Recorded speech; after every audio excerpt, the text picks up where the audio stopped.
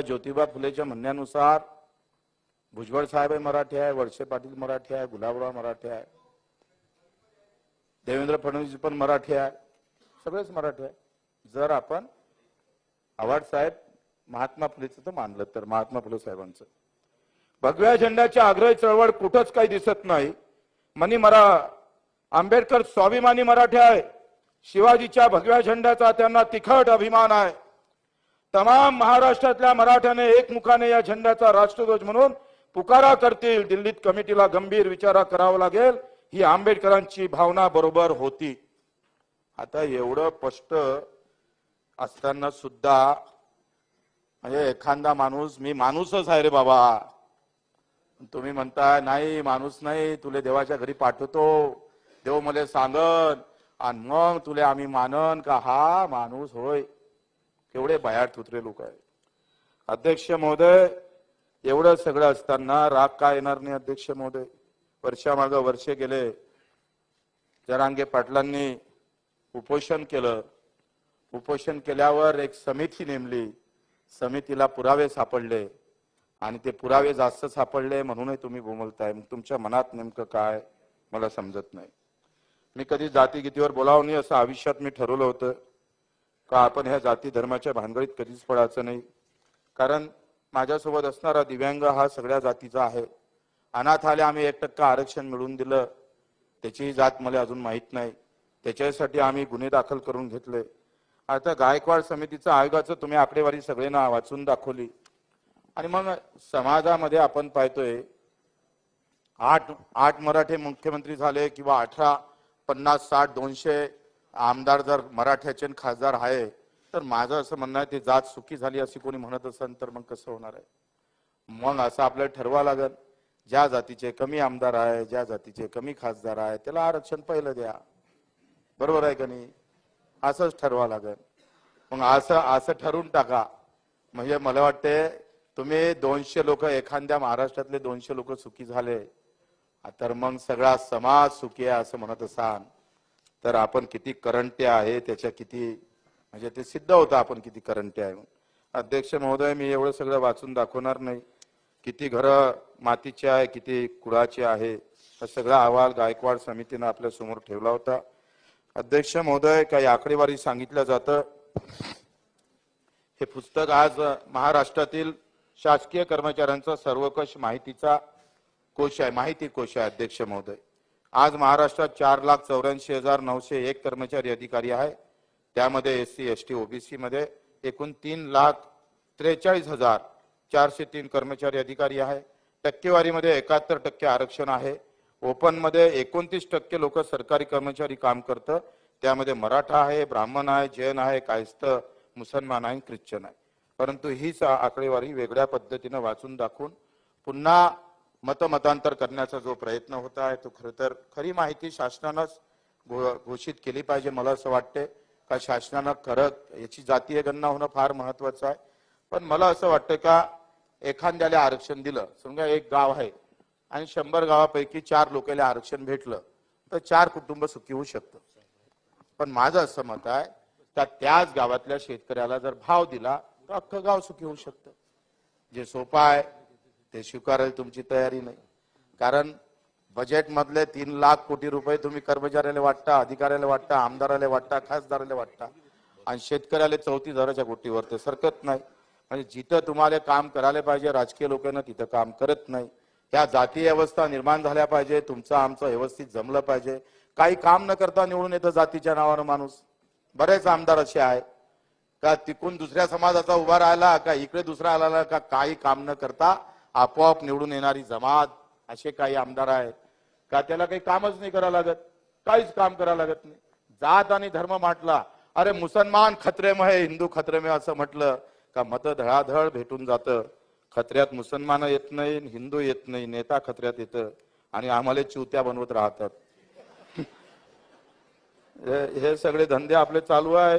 आपला बिचारा जातीपाती पेटत राहते, त्याला वाटते जेवण आपलं काहीतरी. म्हणून मी या माध्यमातून जरांगे पाटील साहेबांना विनंती करतो, बा व्यक्तिगत टीका करू नका, चांगलं नाही आहे. कारण तुम्ही एका समाजाचा प्रश्न घेऊन निघाले. कोणी काही बोलू द्या, पण कुणावर टीका करू नका, हात जोडून त्यांना या सभेतून विनंती करतो.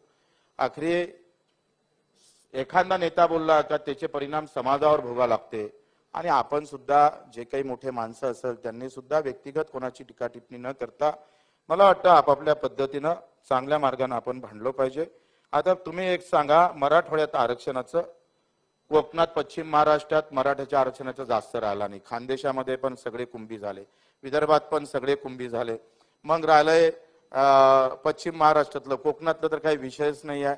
आणि राणे साहेबांना सांगून दिलं आम्ही 96 कोटी आहे, तर त्याच्यासोबत किती मराठी आहे त्यांना सोडून द्या आणि बाकीचे किती आहे ते मोजून घ्या. आता आता जर आपण पाहिलं तर पूर्ण मराठवाड्यात 8 जिल्हे आणि 8 जिल्ह्यामध्ये जर आपण पकडलं तर एका जिल्ह्यामध्ये 4 लाख कुटुंब असतं, 4 चौक 16 लाख, 16 लाखच असेल. आता 4 लाख गुणिले 8 चौक 32 लाख, 32 लाखाचे अर्धे मराठे पकडा तिथं असेल, म्हणजे राहिले किती 16 लाख. 16 लाख गुणिले जर आपण एकंदरीत म्हातारे गुथारे सोडले तर 50-60 लाख मराठ्याचा हा विषय आहे. पण एवढा आपण अंगावर घेतला का आता महाराष्ट्र कधी कधी झोप लागत नाही, चिंता लागतं का कधी जातीच्या नावानं जर घर पेटले तर मग हा छत्रपतीचा, हा शाहू महाराजाचा, हा ज्योतिबांचा, अहिल्याबाई होळकरांचा हा महाराष्ट्र उद्या कोणत्या तोंडानं तोंड दाखवून देशाले. अरे आपल्याला तर जबाबदारी दिली छत्रपतीनं देशाचं संरक्षण करण्याचं, आणि तुम्ही आपसात भांडायला लागले, आणि ते कायच्यासाठी तर आरक्षणासाठी. मला वाटतं या महाराष्ट्रानं भुजबळ साहेबांना, परळकर साहेबांना, जरांगे पाटलांना, तुम्ही आम्ही सगळे एकत्र व्हा आणि एकदा शेतकऱ्यासाठी भांडा ना, काय हरकत आहे.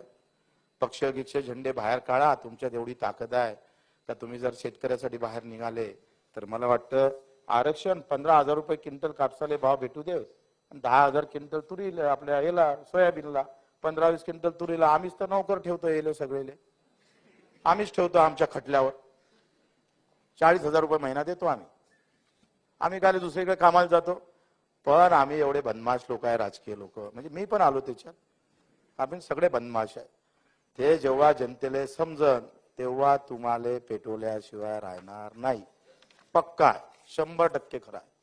आणि म्हणून शेतकऱ्याचा विषय बाजूला सोडून मला वाटतं शेतकऱ्याच्या विषयातच या देशाचं भलं आहे. शेतकऱ्याच्या विषयात शेतकरी, मला सांगा कोणत्या जातीत शेतकरीने एवढं सांगा. आणि म्हणून आपल्याला विनंती करतोय, बरंच बोलायचं होतं, बेल वाजवलं, मला वाटते बेल वाजवते वाटतं. अध्यक्ष महोदय, आपण पाहतोय का याच्यामध्ये आपण एक केलं पाहिजे, एकतर ओबीसीला आरक्षण वाढवून घ्यायला पाहिजे, काय हरकत आहे, ओबीसीचंच आरक्षण वाढवून घ्या, सगळे मिळून एकत्र व्हाव आणि ओबीसीचं आरक्षण वाढवून घ्या आणि त्याच्यात त्यांना घेऊन घ्यावा, असं होऊ शकतं.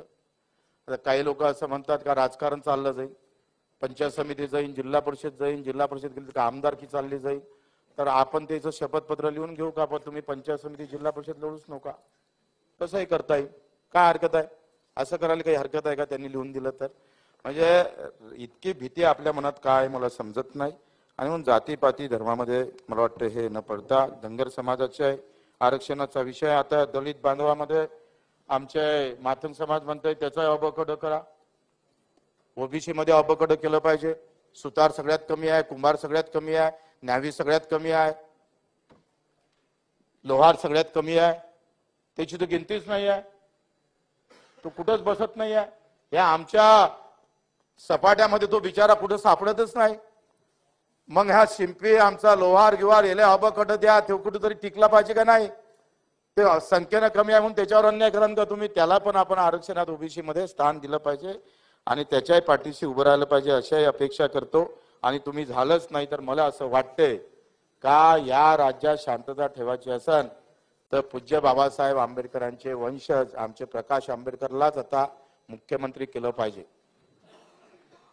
म्हणजे या देशामध्ये खऱ्या अर्थानं खरा न्याय ज्यांनी या घटनेच्या ज्यांनी घटना दिली आमच्या देशाला, त्याच्यावर आम्ही कम से कम तेवढं तरी आपण केलं पाहिजे. अशा पद्धतीनं समोर झाले काय हरकत आहे, काही हरकत नाही. मला वाटतं हे तेव्हा शांत राहील सगळं. नाही तर मुद्दामून विधानसभेत बोलतो सगळे, कारण मला काही पक्ष नाही आहे, पण असं करायला काय हरकत आहे. का बरं दलित मुख्यमंत्री होऊ नये, का बरं माळी मुख्यमंत्री होऊ नये, का बरं तेली होऊ नये, तेलाचा मुख्यमंत्री झाला पाहिजे. आता लय झालंय, आम्ही 8 वर्ष मराठ्याला दिले, तुम्ही आम्हाला काहीच दिलं नाही मराठ्याला आरक्षण. आदिवासी मुख्यमंत्री आमचा राजकुमार कोण मुख्यमंत्री झाला पाहिजे, काय हरकत आहे. अध्यक्ष महोदय, आखरी समतेचा हा नारा फक्त बोलून चालत नाही, प्रत्यक्षात उतरावं लागतं. आणि म्हणून एका जातीला टार्गेट केल्यापेक्षा मला वाटतं सगळे मिळून सगळ्यांसोबत जाऊन आम्ही सगळे एक आहोत, महाराष्ट्र धर्म पाळावा एवढीच अपेक्षा करतो, विनंती करतो. अध्यक्ष महोदय, आपण भरपूर बोलू दिलं, कारण तुमचं लगेच आमच्यासाठी बेल वाजतंय, आज वाजवली नाही, त्याबद्दल धन्यवाद. जय हिंद, जय महाराष्ट्र.